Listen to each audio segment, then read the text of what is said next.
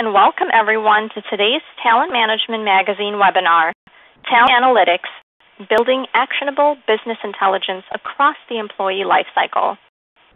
We've got a program lined up for you today, but before we begin, I'd like to encourage you to visit our website, www.talentmgt.com, after this webinar to sign up for a free subscription to Talent Management Magazine. We'll also be tweeting live during this webinar, so be sure to find us on Twitter using the hashtag TMWebinar. Now I'll give you a brief overview of what we'll be covering today. According to a recent study conducted by the MIT Sloan Management Review and IBM Institute for Business Value, top-performing companies are 3 times more likely than lower performers to be sophisticated users of analytics, and 2 times more likely to say that their analytics use is a competitive differentiator. Today, we'll discuss how talent analytics can effectively be used to drive measurable improvement in your crucial human capital investments. We'll also offer strategies for using talent analytics to identify critical, actionable business insights for programs such as onboarding, learning, leadership, capabilities development, and performance. Before I hand this off to our speakers today, let me tell you a little bit about them. Barnett, founder, chairman, and CEO of KnowledgeAdvisors, a provider of learning and talent measurement solutions. Founded by Barnett in 1999, the firm offers the learning measurement software suite, Measures That Matter, which aims to improve the effectiveness and business impact of learning for many of the world's leading organizations. Grisenthwaite serves as Vice President of Operations at KnowledgeAdvisors. Oversees service and support to Metrics That Matter, customers, helping clients to optimize use of the technology and improve the impact of their workforce. So you'll enjoy today's webinar as well as the chance to interact with Kent and Jeff. So let's go ahead and get started. Over to you, Kent. Thank you, Dina. On behalf of Jeff and myself, thank you for joining us. I believe we have a brief little video we're going to share with you.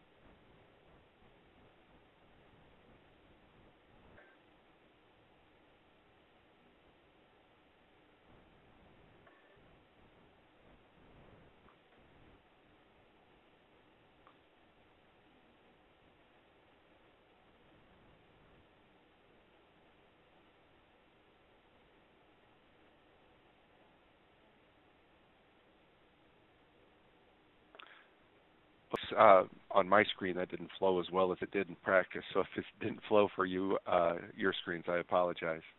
But Anna said, our primary objective today is to share with you a new solution that's been designed by hundreds of leading organizations and most of the industry thought leaders. And this solution will help us revolutionize the industry. The solution is talent analytics, and it addresses 2 of the biggest issues organizations face. PwC does a study every year, and the number 1 item that comes out of this study, where it interviews CEOs, is that CEOs want to win the war on talent. That's their biggest issue. How do they really improve the process of sourcing, hiring, onboarding, leading, engaging their talent? That's their number 1 issue. The big issue with HR in learning and talent is that as an industry, we've done a poor job of providing good reporting and analytics. And so hence the evolution of talent analytics in the market. And the focus here is to really improve that life cycle, so to find business insights on how to better source, on how to better hire, onboard, train, lead, engage.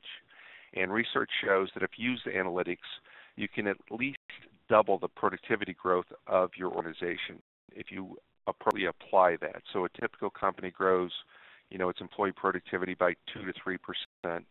Applying talent analytics can double that growth, resulting in, millions, if not billions of dollars of shareholder value, depending upon the size of your organization. So that's, at a high level, what we're trying to accomplish and why we're investing the time today. In terms of the flow today, we have 3 primary buckets. We'll start with the vision for talent analytics. We'll then take a look at how do you go about realizing that vision. And then we'll end with some case studies and some best practices and suggestions on how to get started. So it's the flow for today. In terms of what is talent analytics, it is really the combination of talent management. It sits in talent management systems, and big data that sits outside of it, including assessments and surveys and demographics and all those fun things. The definition we like to use at KnowledgeAdvisors for talent analytics is that it's a set of tools and processes that provide business insights on how to optimize investments in talent. I'll say that again. Talent analytics is a set of tools and processes that provide business insights on how to optimize investments in talent. If you think about it, we have a lot of different levers to pull to improve the impact of our people. We can better people, we can train them better, we can engage them at higher levels, we can lead them better, we can manage their performance better. So data that gives you insights on how to do that will help you ultimately optimize the value of your people. And for most organizations, people are their greatest asset. So obviously a significant opportunity.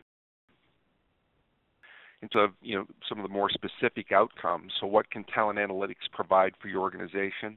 It can give you insights on how to build better leadership capability. It can help you improve the quality of hire. It can build your bench strength to a stronger level. It can increase employee engagement, provide you insights on how to recycle time to get your new employees more productive. It can help you ensure that your investments in talent are aligned to the right business objectives and business outcomes. So those are some of the high-level outcomes that would come from investing in talent analytics. And now Jeff will get into more detail for us. So let's look at why talent analytics is important. We can look from 3 different perspectives. We can start with the company as a whole. Ant mentioned through these various studies, companies that invest in talent analytics put themselves at a significant competitive advantage over those companies that don't. This is in the mainstream news, so your leaders within and outside talent management functions are hearing about this and are interested in it. From a departmental perspective, this is really the opportunity for HR, for L&D, for talent management functions to get their proverbial seat at the table. This is our opportunity to provide great guidance to our clients out in the business. From a personal perspective, if you've seen studies about the career growth projections for individuals who are experts in the area of talent analytics, of data, those who are focused on being data scientists, this is a great growth trajectory for you. It's an area that I highly recommend becoming more skilled in because the opportunities are really endless in terms of where people can take their careers in this area. What talent analytics is and why it's important, but where to go from here. I believe we're on the precipice of something amazing. Imagine if our HR or our talent management function could be the most important department in the company. Imagine it could deliver on the promise of truly optimizing the workforce, of finding those ideal candidates, rapidly developing them to their true potential, and inspiring passion in their daily work. If we could achieve all that, we would become the most important function in any organization. And additional HR functions are going the way of dinosaurs. They're rapidly becoming extinct. Not being outsourced to BPOs, they're being automated by the latest software. And the reason for that is that traditional HR is considered overhead. It's a cookie-cutter function across every company that dwells in the realm of the tactical and the uninspired. But with talent analytics, we can transform ourselves to become the data-driven talent management function of the future.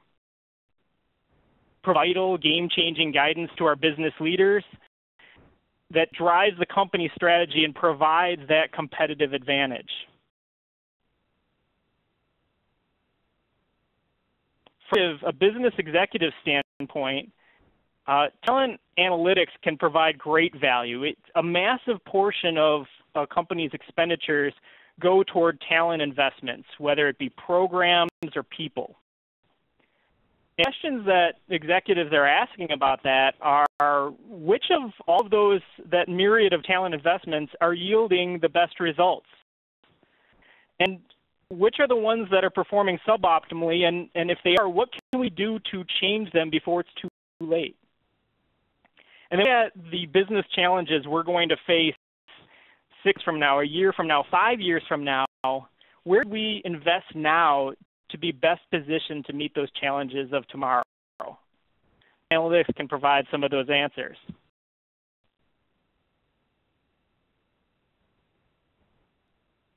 We're on a level or two from the executives, and we can think about how frontline managers can use talent analytics. We're really talking about those daily and weekly decisions that managers make to bring out the best performance in each of their teams.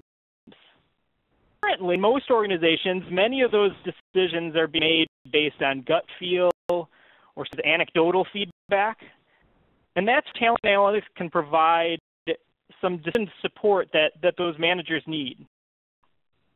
And more importantly, talent analytics can sound the alarm when managers didn't even know an issue existed, providing actionable alerts to prompt managers to step in and address emerging problems. Finally, if talent analytics lives up to its promise, the entire employee base benefits. It's just about squeezing the last drop of productivity out of each employee, because that will only yield short-term gains.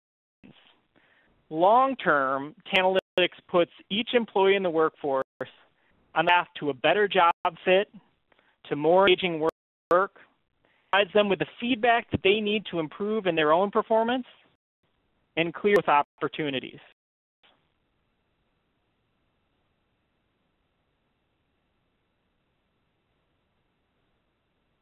Can't share how analytics can be embedded into our business processes. So we took a scientific approach. We view talent development as a strategic business process, and we would encourage all of you on this session to view it that way as well, and therefore applying process improvement models and methodologies that you use in other lines of business. So with the help of several of our clients and with the help of some significant industry experts, we mapped out the entire talent development process and identified measurement points and data collection opportunities. After mapping this out, we realized that the industry needed to develop some standards around our reporting and linking investments in talent to business results. So, Jeff, if you go to the next slide, please. So we were the founding member of an organization called the Center for Talent Reporting. Many of you have probably heard about the Talent Development Reporting Principles. If you haven't, I would encourage you to go to this website, Center for Talent Reporting, to learn more. But it was a grassroots effort shaped by dozens of thought leaders in the space to address 2 key issues. One is, how do we provide world-class executive reporting? Most business executives don't know what to ask for from HR and talent and learning, and most HR, talent, and learning executives aren't sure what to provide in terms of reporting to business executives. So that was one of the things that we tackled as a group. Second is that we talk as an industry often about how to link investments in talent to business results, but we haven't come up with the best methodology. and that was the other primary effort addressed by this group. How do we provide standard ways and best practices for linking investments in talent to business results? And some great work has come out of this. I'll just talk to it at a very high level. Again, if you want more detail, please go to Center for Talent Reporting. The first is that the entire process, the human capital process or talent process, breaks into 6 primary buckets. The first is talent acquisition. The second is learning and development. The third, leadership development. The fourth, capabilities. The fifth, total rewards. And the sixth, performance management. So you will want to make sure that you collect data that cuts across each of these 6 macro processes. Those processes ultimately drive value. The other outcome of this research is that we really want to look at data that cuts across 3 primary buckets. We want efficiency data, so things like utilization rates, how many people went through a program, how many did you hire. You also want effectiveness measures, like the quality of hire or the business impact of a learning program. The third piece you want are business outcome measures, the dials that you want to move, whether it's productivity, employee retention, customer retention, your net promoter score, whatever those desired business outcomes are. And so if you apply this methodology, within the talent analytics approach, you will have a comprehensive solution set. So we're thrilled with this grassroots effort being led by Dave Vance. Many of you know Dave. He's the former chief economist at Caterpillar and for president of Caterpillar University. So just some tremendous work. I'd encourage you to learn more and get involved and help promote this if you can. It will do wonders for our industry, and it's the baseline for our talent analytics product suite launch. So given everything that's happened, you ask the question, why haven't we done this previously? Why has it taken us so long as an industry to get here? Well, there have been barriers, right? We said, well, there isn't sufficient time to do it. It's too complicated. All the data, sits in silos. We've got all these disparate systems. Those barriers, by and large, are gone today. I think the only barriers are us making this a priority, and there are so many reasons to make it a priority. So, and that's why we're excited to announce the launch of KnowledgeAdvisors Talent Analytics Suite of products. So in June, we'll be launching this product suite.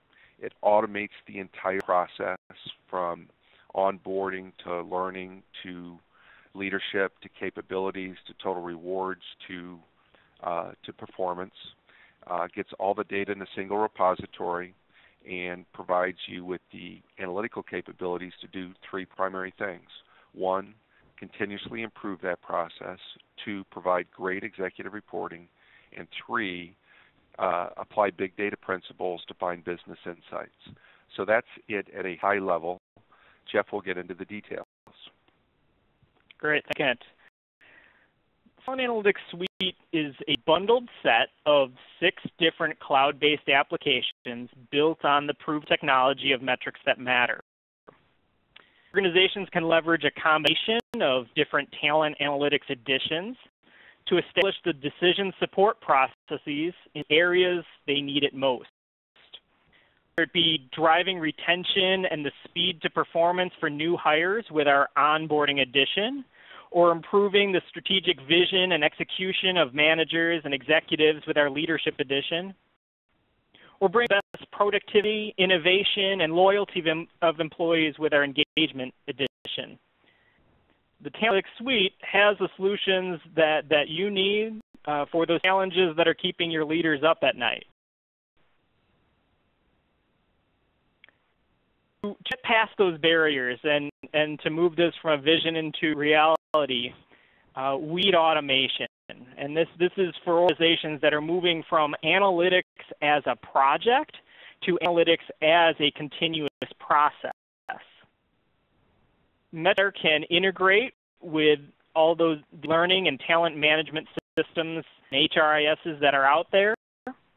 And that integration, we can automate data collection of surveys out to employees or in association with different types of events. 60s to measure competencies, capabilities of employees on a standalone basis or in conjunction with projects that they're taking part in. To assess and score knowledge and certify the skills of the employees. These then connected back to the demographics of the employees and those programs, projects, and initiatives that are parts of their lives. This data set is then combined with the business efficiency and outcomes data that can be imported and brought in from other systems into metrics that matter, such as your CRM, your ERP system, and your financial applications. And at that point, you're no longer talking about siloed data. All of your talent-related data is in one place, which drives automated role-based reporting, dashboards, and executive summaries that are automatically delivered out to key stakeholders both within talent management and out in the business. Let's take a look at several examples of talent analytics in practice. We're going to give an example of a talent analytics dashboard. This is really the first step toward running talent like a business. You can imagine trending your results over time and compare them to both goals and external benchmarks. The high-level performance overview when it comes to those talent programs that you're focused on and drill down into the details. The dashboards and metrics that matter are built on templates that are designed by our talent analytics experts and then configured to meet the unique needs of your organization. We'll step further to make these dashboards highly actionable, and that is to provide dashboards unique to each key stakeholder. So if everyone in your department had a dashboard focused on their area of responsibility, a balanced view of those types of efficiency, effectiveness, and outcome measures that Kent was talking about of all of your talent initiatives. And your clients in the business have their own view into the most relevant talent metrics. The tool in instilling a culture of accountability and providing data decision-making tools.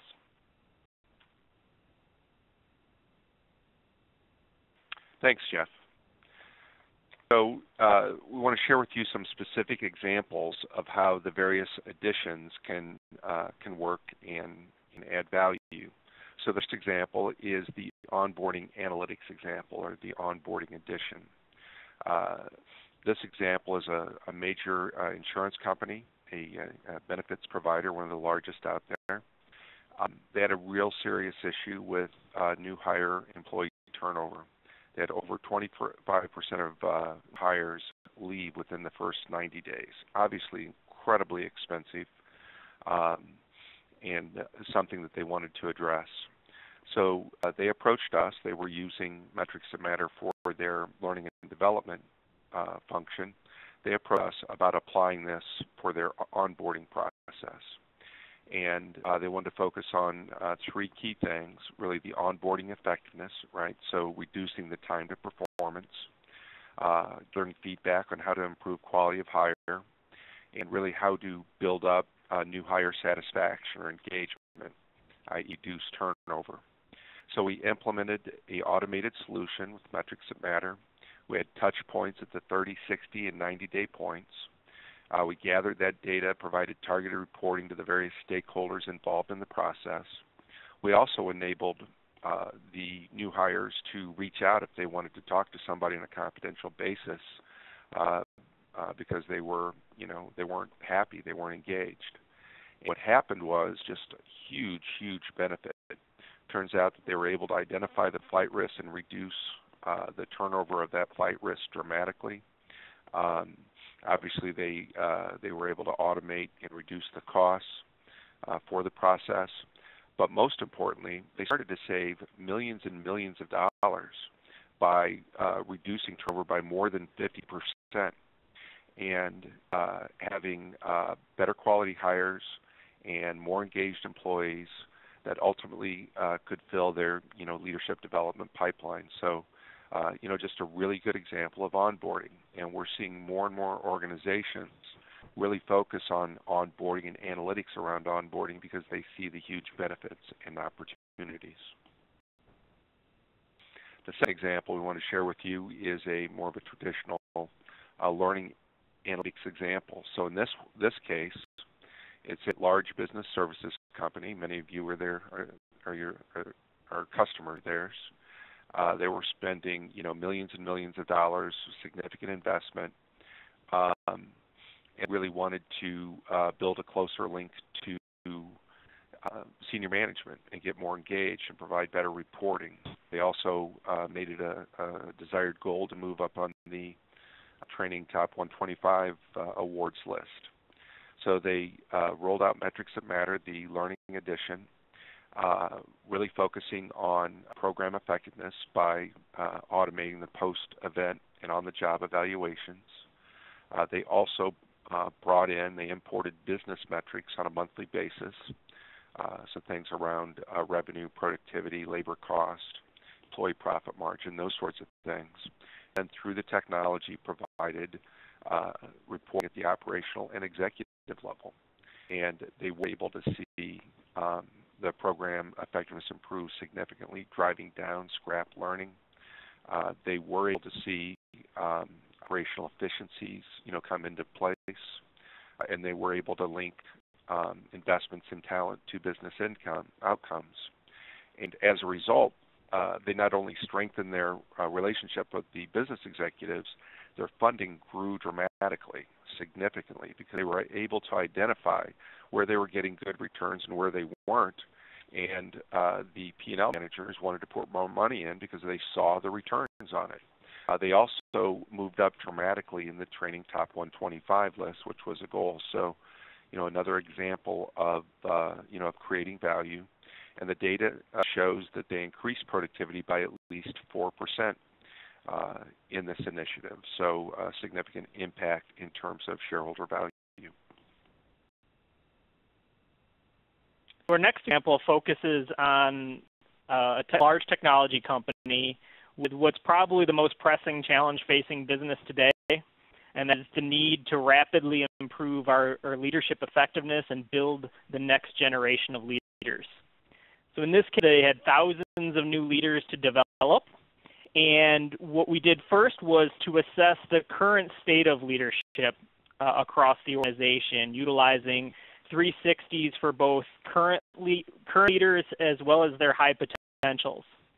And based on the analysis of those, leaders were selected to take part in an extensive multimodal leadership development program, which measured through an approach of program evaluations, and they were able to benchmark their results against similar leadership programs from other external technology companies. The leadership effectiveness rating and the changes based on the program were then linked and correlated to key business outcomes for the organization, such as increases in revenue, increases in productivity. And this created a model for future assessment and development over time.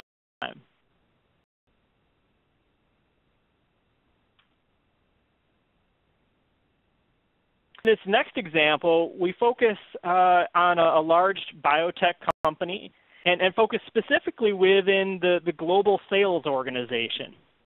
So some of the talent analytics approaches make sense looking across the enterprise, but maybe in your case, you might have certain areas of the business, certain regions of the world, certain functions that have the most pressing problems, and those might be the best places for you to start. So in this case, we had the sales organization was looking to build out the capabilities of their sales force. So first looked at competencies, and those were assessed through 80s and 360s for those sales professionals. Knowledge for this biotech company was assessed and certified through scored tests. And so that combination gives you a broad understanding of the capabilities of each individual. And the gains in those capabilities, just as we talked about in the last example, were then correlated back to the quota attainment by the salespeople to identify the capabilities and the knowledge that mattered most, and also to validate the impact of the program. As all, performance of the sales force increased for 70% of the professionals, and they also increased retention of that sales force by 8%, a key business outcome that they were striving for.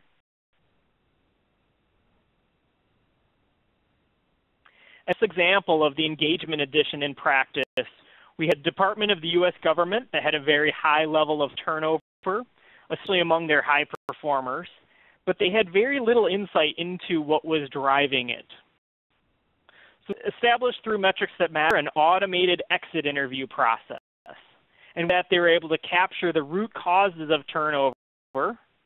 Also were able to slice and dice them by categorizing that feedback in the exit interview process by 15 different employee demographics. Through that, they're able to develop profiles of the different employees, group them and categorize them, and identify the primary causes for turnover and address those causes directly. And through this process, by tackling those specific causes for each of those employee demographic groups, the department was able to increase retention across the board by over 5%.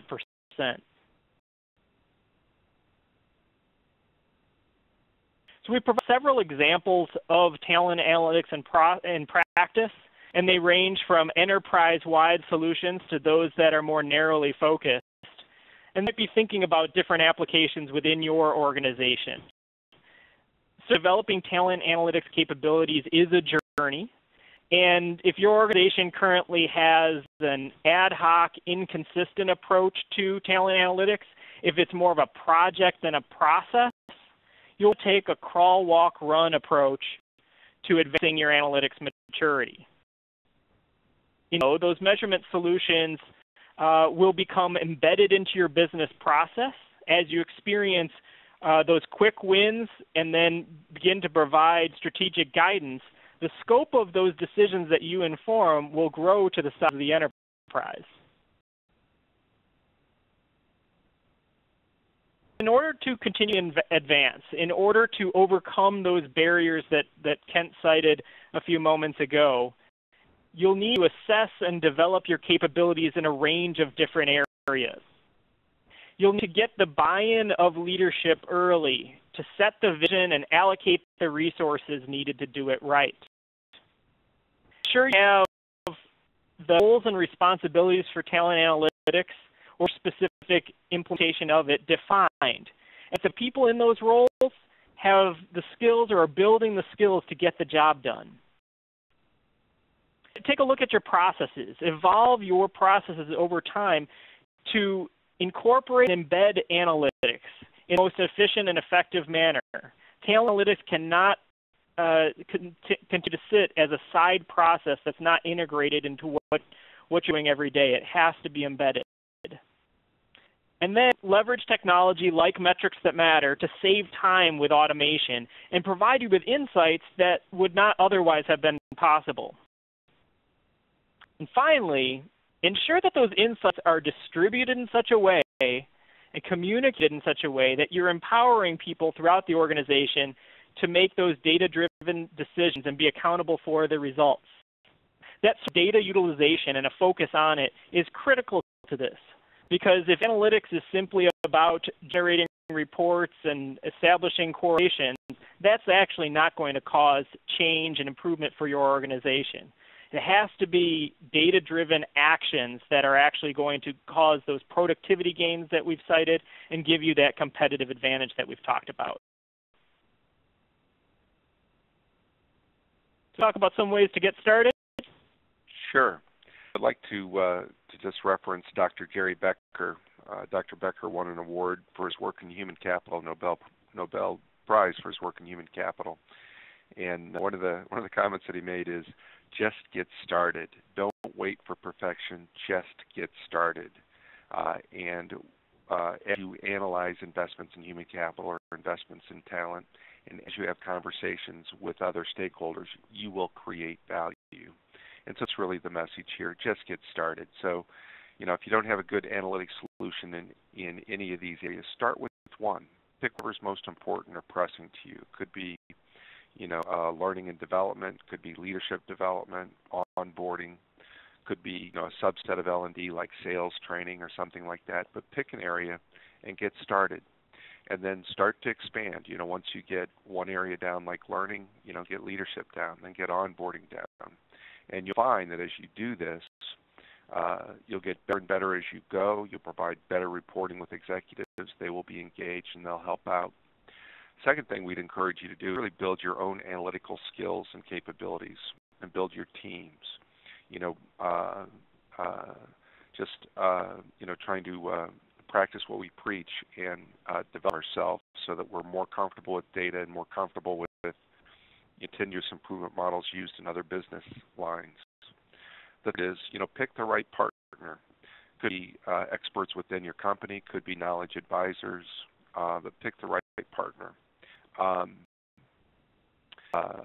Then develop a measurement strategy. Whether you do that internally or work with us, we do measurement strategies for a lot of organizations, large and small. Some of the top human capital companies in the world engage us to help develop their measurement strategies. So, encourage you to really look at that, and then use technology to automate it. Because without effective use of technology, it will become a real challenge. And again, that's where Metrics That Matter can help in a significant way. So those are our suggestions on how to get started.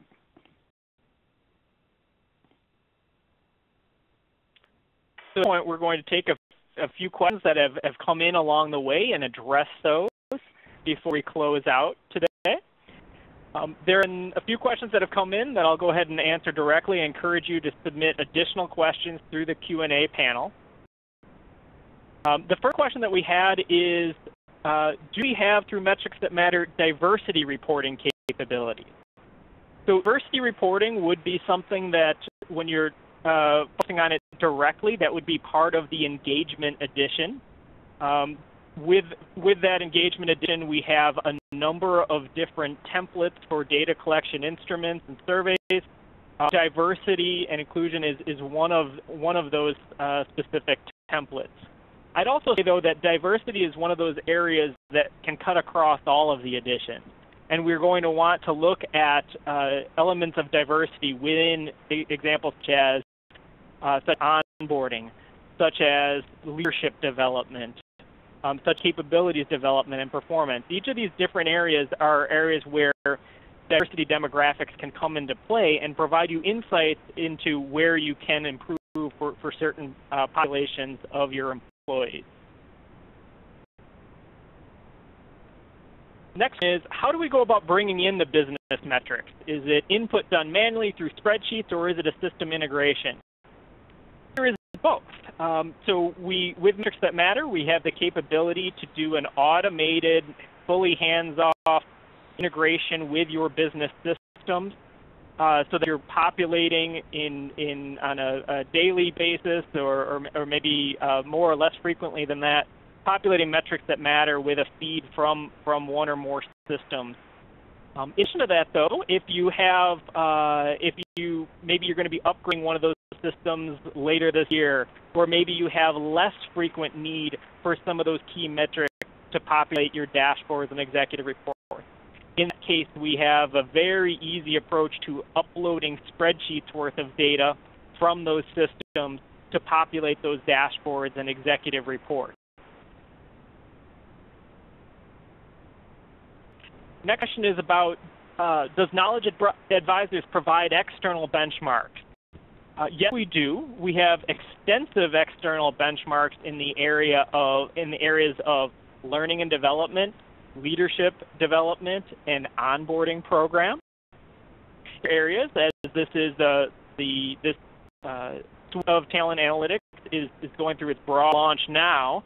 In other areas, we will be developing those benchmarks. Metrics That Matter has the capability to collect and store and present benchmarks across all of these different areas. And that is something that we will be developing and building out those benchmarks over time and exposing them to clients when they reach that point of being robust and referenceable.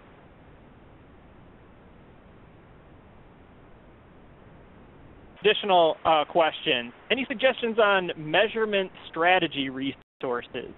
As Kent mentioned, measurement strategies are one thing that we do help organizations with. KnowledgeAdvisors has helped organizations to build out their strategies around measurement holistically and sometimes in specific areas, such as an approach to building out your dashboards or executive reporting capabilities. So those are a couple of key areas that we are helping organizations.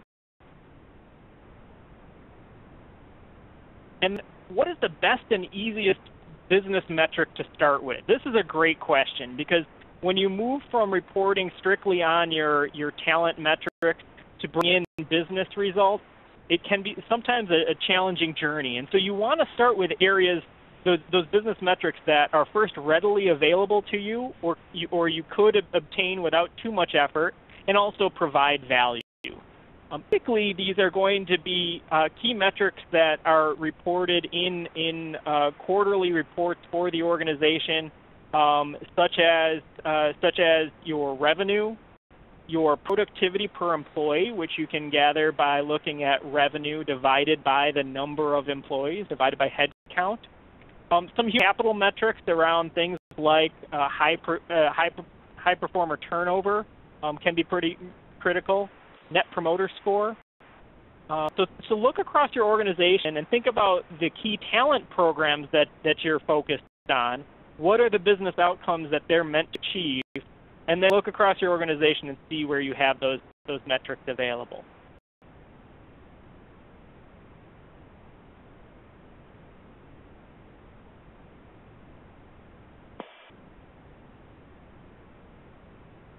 Is Deanna here. Thank you so much for getting us started with that Q&A. As we can see, there are tons of questions rolling in.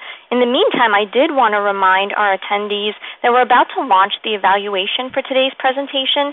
And, everyone's feedback is important to us. And so I just wanted to encourage each of you to take just a few seconds to go ahead and complete the survey.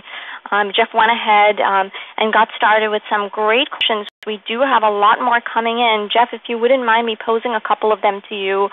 One of them being, and it comes in from David here, how do you determine which learning systems would be most beneficial to a company, to someone's company in particular? In terms of learning systems, I'll do my best to interpret what you're going after there, David. I'm going to take a look at it, thinking about in terms of vendor management and looking at your different platforms for delivering learning. Metrics Matter does provide you with the capability to look at different vendors and different platforms for delivering learning and assess the relative effectiveness of each of them and benchmark them against performance we've seen for other companies. Through that, you're able to then determine those vendors or platforms that are going to be most helpful to you in terms of delivering results to the employees that are going through those learning programs. Fantastic. We have another question that just came in from Thomas, and he wants to know, he says ease of use seems to be key for managers to actually use these types of tools. What has been feedback in this area? What are you hearing? That's absolutely true. So what we want when we are providing insights back to managers is do exactly that. Oftentimes we see organizations or vendors providing systems or providing simply reports back to managers, but what we really need to get to are answers and insights. And so our approach is to provide in an automated fashion role-based reporting and dashboards that's unique to their specific view of the organization, their area of responsibility. Focus those reports and dashboards and insights in such a way that it's going to not overwhelm them with information, but provide them with those critical answers that are addressing the problems that are keeping them up at night and that they're focused on.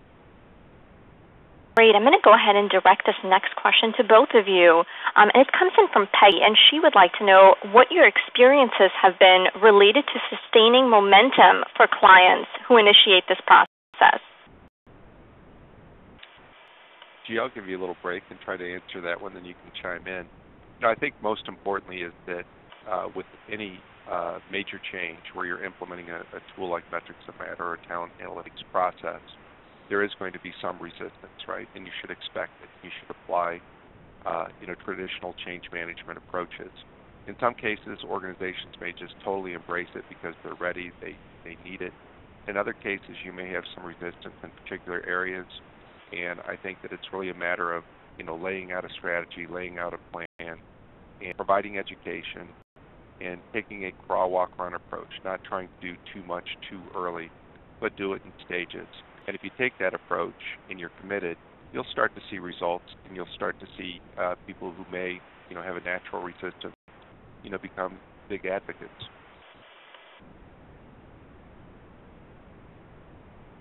Jeff, I didn't know if you wanted to add anything to that, if I could go ahead and move on to the next question here. That sounds good. Let's move on. Fantastic. We have another question here regarding company size considerations, and it comes in from Thomas, who wants to know what size of company would this be most useful for. So his company has approximately 150 employees. That's a great question. A lot of the examples we cited were certainly large organizations, but much of this scales down rather well. The guidance I'd provide is look at areas where you have a significant hard dollar spend. Is it in an area where are you in a growth mode, hiring a lot of employees? In that case, the onboarding edition might make sense for you. Are you looking to get more feedback about the leadership within the organization? All these different additions can slow down rather well, and would make sense for you if you have either a significant spend in a certain area, or you're having challenges in an area that analytics could help solve for you. Great. Another question here comes in from David, who says, I've always had a difficult time showing the ROI on systems like this. Can you give us a couple of ideas of how to get acceptable ROIs on one of these systems? That's a great question. Oh, sorry. Go ahead, Kent. I'll take a shot at it, G, and then you can dive in. I think one of the nice things about an analytics tool like Metrics That Matter, it can collect the data you need in order to do the type of ROI analysis. So if you think about things like leadership development, sales training, customer education, onboarding, there's actually a lot of waste that takes place. So if you're not measuring those programs, there's a lot of waste or scrap. And so as you deploy Metrics That Matter, you'll be able to monitor and see how you can drive down that waste. It's built into the process. And then it's a pretty easy calculation to see how much money you're saving on the waste side, and you'll see that it generates a significant return. It's harder to tell how much return you get on the productivity side, the kind of the business insight side. If you can turn, leaders into more effective leaders or help salespeople sell slightly more, you get a huge, huge return. That's harder to identify, but if you want to take a conservative approach, just take a look at how much waste you're reducing and, run some basic numbers, and you'll see a very significant ROI. And we do have extensive business case calculators and templates that we can help you to do that with. In a moment, we'll be providing my contact information, and that's certainly one of the things that we'd be happy to share with you and talk you through it and help you build that business case for talent analytics. It's something oftentimes there needs to be some education for those that are responsible for making these investment decisions. We need to educate them about what kind of real business results we can expect from this. And as I said, we have some tools that can help you to make that case. Great. Here's some basic question, but one of our attendees would like you to elaborate on what a Net Promoter Score is. So if you could go ahead and define that. So Net Promoter Score is part of, it's sometimes referred to as NPS, it's part of Net Promoter System. And it's a methodology that's utilized typically to assess the loyalty of your customers, the degree to which they'd recommend your organization to their friends or colleagues. It's something that is expanding in its use. We have a number of clients that are using it not only for assessing the loyalty of their external customers. The learning and development and talent management functions are also utilizing it with their internal customers in the business. Thanks, Jeff. The next question from Goodyear team. How do you ensure that the organization doesn't become overwhelmed with the surveys? What has your experience been handling that?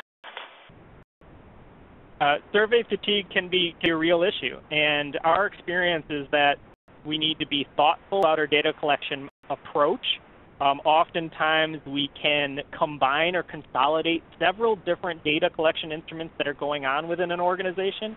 There's a lot of redundant measurement that occurs. And so our belief is that you take each of those different instruments and assess the degree to which those insights are actually being used, and assess also if there is redundancy between a particular instrument and other ones. Where there is that redundancy, eliminate it and make sure that those who were using that information previously from a separate instrument are able to leverage the data from that consolidated instrument. And through that, you should be able to get to the point where we're reaching out to employees or customers in a manner that is not too frequent. And then what's important is to make sure that they see that their feedback is being acted upon. If you have that kind of feedback loop where they see that their feedback is creating change, then it becomes less about taking another survey, and it becomes about giving your employees a voice. And nobody would really argue with that. Sounds good. We have another question here from Martine, who wants to know, in your experience, who supports management teams in the interpretation of the data found in the different dashboards? Is it HR? Is it finance? Is it IT? I think as a function, we need to step up to the plate on that. So IT is certainly a part of the organization that might help procure the systems and resources from that regard. But in terms of aiding the interpretation of the data and the insights that we're gaining through talent analytics, that needs to be HR or talent management or learning and development. If we're not playing that role, somebody else will, and I think that's a disadvantage for us as a function. So that's where, when we've talked about building skills and capabilities and starting with some action now as opposed to waiting till later, that time is now, and it's urgent that we take that step, because this area is of talent analytics, of big data. It's evolving so rapidly that if we don't take on that responsibility, somebody else will, and then we'll never get our seat at the table. Sounded HR leaders step up to the plate. Thanks for that, Jeff. Our next question comes in from Kate, and she wants to know, if a goal is to improve diversity and inclusion, what are some measurements that support that business initiative? So I would aim to connect that to some key business outcomes. So increasing diversity and inclusion isn't necessarily a goal in itself, but we've seen in study after study that increasing diversity in an organization leads to increased innovation, increased engagement of employees. And so I would draw that connection in that way, and take a look at by increasing diversity of some group, can lead to more output, better quality output, more innovative ideas. And those different areas as are linked to business outcomes for diversity measurement. I have the $1 million question for you guys. How do you make the business case for investing in talent analytics? And do you want to take the $1 million question? Sure. How do you make the business case for investing in talent analytics? Well, first, it's for the vast majority of organizations, labor expense is your biggest investment, right? And if it's not your biggest investment, it's usually your second or third. So huge investments in labor. And every other line of business has implemented continuous improvement models, measurement models that allow you to improve that process. Talent in HR is really the last group not to have done that. So by deploying a measurement solution that allows you to continually improve and get more people out of your workforce, and you're going to see huge returns. And you can go to our website, the KnowledgeAdvisors.com website. You'll see the tools, you'll see calculators, you'll see support material, and it's really a pretty simple and easy business case to present. Most business executives are going to get it and buy into it. Fantastic. Another question here. When your talent data is in disparate silos managed by different functions, what is the best way to go about bringing it all together? What would your advice be? So a system like Metrics That Matter does enable you to bring that siloed and disparate data sets together in one place, roll it up into those dashboards that we previewed, roll it up into executive level reporting. So really a technology solution like Metrics That Matter is what you'd need in order to accomplish that.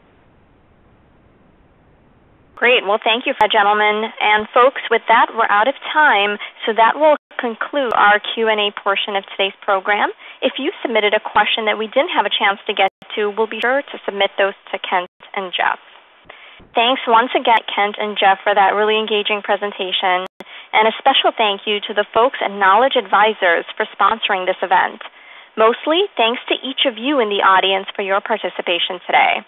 For those of you who have asked, you can find materials from today's event and all talent management webinars archived at www.talentmgt.com/webinars. Once more to our attendees around the world, we'll see you all on Tuesday, June 4th at 2 p.m. Eastern, 11 a.m. Pacific for our next TM webinar, Recruiting for Service Excellence, How to Avoid Undermining Your Workplace Culture of Service. And have a great day, everyone. Thank you.